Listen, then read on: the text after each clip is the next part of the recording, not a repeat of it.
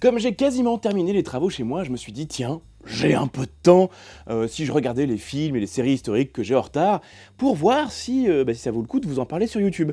Et j'ai voulu commencer cette année par le film Netflix sobrement intitulé Médiéval. Et vous savez quoi? Je suis pas sûr que j'aurais dû, en fait. Médiéval, c'est un film tchèque et j'étais très curieux parce qu'en France on connaît assez mal les films historiques des pays de l'Est, alors qu'en fait leur production est très très riche et sur des sujets assez variés, souvent des sujets qu'on connaît moins d'ailleurs. On a des choses souvent intéressantes et une autre manière en fait d'aborder l'histoire et d'aborder la manière dont on la raconte.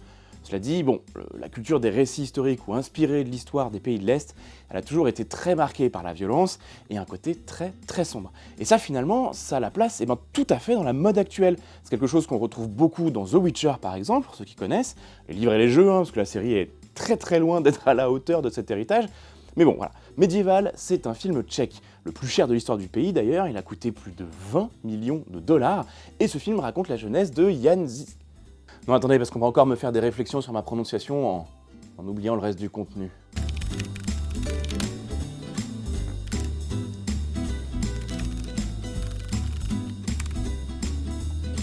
Jan Žižka. Jan Žižka. Jan Žižka. Jan Žižka. Ce film raconte donc la jeunesse de Jan Žižka, un des plus fameux héros du pays. D'ailleurs, c'est un peu le grand héros médiéval tchèque, autrement dit, c'est pas la moitié de la queue d'une poire. Mais qui était Jan Žižka, me direz-vous? Je vais vous raconter ça après avoir évoqué un peu le sponsor du jour qui parle aussi un peu de bagarre, Warpass. Warpass est un jeu mobile de stratégie qui se passe dans un univers très Seconde Guerre mondiale et années 40 fantasmé. Le jeu a réussi à convaincre plus de 22 millions de joueurs et se classe dans le top 5 des jeux de stratégie mobile. Autant vous dire que j'étais assez curieux de tester ça et j'ai pas été déçu parce qu'effectivement, en tant que jeu de stratégie, il est vraiment très complet. On y retrouve des unités emblématiques de la période, mais aussi des chars, des avions, des bateaux, des champs de bataille, et ce parfois sur des échelles très larges puisque le jeu met en avant le concept de groupe armé où la combinaison d'unités permet de remporter la victoire. Comme le dit le jeu, cette victoire commence par les groupes armés, mais ça ne s'arrête pas là puisque les unités et les véhicules sont entièrement personnalisables en gagnant de l'expérience et que Warpass intègre aussi de sympathiques missions d'action pour remplir des objectifs clés. Puis en plus de ça, on nage en plein dans un univers pulp très marqué, c'est-à-dire des aventures très stéréotypées des années 40-60 avec des gentils très gentils, des méchants très très méchants et des designs hauts en couleur. On en voit plus si souvent à l'écran finalement, alors que c'est toujours super rigolo entre le sérieux des situations et le second degré des personnages. Et j'aime beaucoup ça dans Warpass, c'est très très marquant dans le jeu. Bref, il y a de quoi vous amuser un moment dans cet univers qui joue avec l'histoire de manière sympathique, donc n'hésitez pas à télécharger le jeu, il est entièrement gratuit, je vous mets le lien dans la description, et avec le code ARMYGROUP, vous allez commencer le jeu avec pas mal de ressources et d'avantages qui vous permettront de découvrir ça dans les meilleures conditions. Voilà, d'ailleurs c'est rigolo qu'un jeu vidéo mobile réussisse à faire des choses plus colorées et plus honnêtes que le cinéma en termes de visuel, tout en tombant complètement dans l'excès du pulp. Hein, voilà, bon on n'est plus à ça près, hein. Mais revenons à Médiéval. Oui, le film s'appelle Médiéval, mais évidemment il s'appelle Jan Žižka dans son pays d'origine, parce que là-bas, tout le monde connaît ce personnage, alors que chez nous, pas du tout. Et j'étais un peu surpris qu'on lui donne un nom aussi lambda, mais il faut bien avouer que ça lui va parfaitement bien. Et pourquoi ça lui va parfaitement, allez-vous me dire? Eh ben c'est simple, Médiéval représente à peu près un bingo de, je sais pas, 95% des clichés historiques que l'on voit dans les films médiévaux actuels. Ouais, 95%, ouais. Avouez qu'à ce niveau-là, on frôle la performance artistique, hein. Que dis-je, la performance artistique? Le génie! C'est un roc, c'est un pic, c'est un cap. Que dis-je, c'est un cap, c'est une péninsule. Donc le personnage principal représenté dans le film, Jan Žižka, était un noble tchèque qui serait né vers 1360 et décédé vers 1424. Alors je dis ça parce que je crois qu'il y a des débats sur les dates exactes de sa vie. Il est surtout connu pour avoir été un général hussite de génie et l'inventeur des fameux chariots hussites. Alors les hussites, ce sont les hommes et les femmes qui décidèrent de suivre les enseignements du réformateur protestant Jan Hus dans cette région d'Europe. Et les chariots, c'est une technique consistant à utiliser des chariots comme système de... c'est dans le nom, hein, évidemment. Donc des chariots comme système de défense sur un champ de bataille afin de créer des sortes de fortifications provisoires là où il n'y avait pas de fortification du tout. Et c'est bien pratique parce que ça permet évidemment de repousser une force bien supérieure en nombre, ce qui va permettre aux Hussites de résister des années aux croisades catholiques et autres attaques impériales pas hyper d'accord avec ces Hussites réfractaires. C'est une méthode qu'on va retrouver ensuite dans la conquête de l'Ouest avec les chariots de colons qui se mettent en formation défensive ronde. On l'a beaucoup vu chez nous dans les films ou dans Lucky Luke, mais c'est déjà évoqué lors des déplacements de population dans l'Antiquité, bien avant. C'est intéressant d'ailleurs parce que le film montre assez bien ce truc, c'est vraiment une arme emblématique de ce peuple à l'époque, le chariot hussite. Et le jeu Age of Empires de son côté ne s'y est pas trompé, puisqu'on y retrouve ces fameux chariots hussites, et c'est ce qui a probablement le plus contribué à la popularité de cette arme dans le monde. Pour revenir à Janjiška, c'était un noble qui a commencé par se rebeller contre la ville du coin et ses responsables, estimant probablement que cette dernière n'avait pas été très correcte avec lui. Il s'est donc allié à une bande de brigands sévissant dans la région pour rançonner les marchands et attaquer des cibles mal protégées. Voilà, la bonne ambiance. Par la suite, le roi Venceslas de Bohême pardonnera à notre Gourgandin qui prendra de plus en plus d'importance politique jusqu'à devenir un des chefs emblématiques de la révolte hussite et un des plus grands héros tchèques. D'ailleurs, je parle de la Bohême, c'est le nom de la région historique qui à l'époque englobait une grande partie de la République tchèque actuelle. Oui, vous avez l'impression que je viens de parler d'un personnage complètement différent de celui du film ? C'est rigolo, moi aussi, hein. Vraiment, le personnage du film est un gentil mercenaire avec des principes moraux qui se bat pour défendre la veuve et l'orphelin contre les méchants nobles tels le Robin des Bois Wish.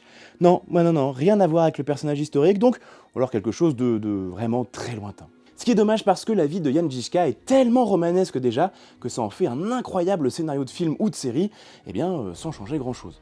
Voilà pour le fond de l'histoire, et de l'histoire avec un grand H. Pour le reste, on a des gentils qui sont en permanence sales et habillés de guenilles, les armures sont mal entretenues et dégueulasses, les cuirs sont pourris, les cottes de mailles ont des trous, les armes sont rouillées, l'ambiance est tellement sombre qu'on a l'impression que le soleil ne se lève jamais. D'ailleurs, les scènes nocturnes sont encore plus sombres et du coup on ne voit absolument rien, littéralement, c'est un enfer. Bon après, le film a commencé directement en donnant le ton, puisque ça parle en voix off de violence, de tyrannie, de complot, de peste noire, de famine, de ténèbres. Moi je m'attendais à voir les 4 cavaliers de l'apocalypse débarquer à tout moment, La violence est donc omniprésente, du sang et de l'injustice partout, ça tue des femmes et des enfants sans problème pour ajouter un côté dramatique, il y a des corbeaux qui mangent des yeux, des mercenaires tartares très méchants, des traîtres qui traîtrisent chaque fois que le scénario a besoin d'un retournement, et une princesse qui princessise, malgré les mercenaires, telle la princesse Leia de Bohême. Ah oui, non, parce que les Tartares, je parle ni du fromage, ni du Pokémon, mais des populations turco-mongoles dont une partie se retrouvait souvent dans les pays de l'Est pour divers motifs. Et une partie y habitait d'ailleurs. Bon, après, peut-être faut-il être heureux de voir cette période de l'histoire traitée, me direz-vous. Ouais, mais ça reste quelque chose qu'on voit de temps en temps. Il y a eu plusieurs films et le personnage apparaît également dans plusieurs jeux vidéo. Malheureusement, Janjiška est surtout connu dans les pays de l'Est et sa renommée a mal dépassé ces régions pour arriver jusqu'à nos contrées occidentales. Et ne parlons même pas de celle encore plus occidentale de l'autre côté de l'océan. Mais c'est un constat qu'on peut faire de manière générale. L'histoire des pays de l'Est est très riche, les périodes médiévales et modernes par exemple sont passionnantes et entretiennent énormément de liens avec nos régions à nous à l'époque. Mais c'est un peu passé à l'as de la culture populaire. Oui, en dehors d'eux, bien sûr. Eux. Oui, mais si, eux. Ah, et je suis sûr que les 3/4 d'entre vous savent de qui je veux parler. Des Polonais, cavaliers, avec des ailes. Mais si, je suis sûr que vous savez. Allez, mettez-le moi dans les commentaires, ça me fera du référencement. C'est jamais perdu pour la vidéo. Côté équipement, je ne sais pas trop si j'ai besoin d'aller plus loin que ce que j'ai déjà dit sur le côté crade et mal entretenu de l'ensemble. On a souvent tendance à représenter les mercenaires comme ça, tout crado, avec du matériel complètement pourri. C'est d'autant plus valable dans cette région à cette époque, où on sait que les révoltes hussites ont été menées par des combattants équipés un peu comme ça vient. Donc ça entretient cette espèce d'idée reçue. Mais ça, c'est un énorme problème de cinéma et des jeux, tout comme la notion de propreté et d'entretien. La notion d'équiper comme ça vient, elle est très mal comprise.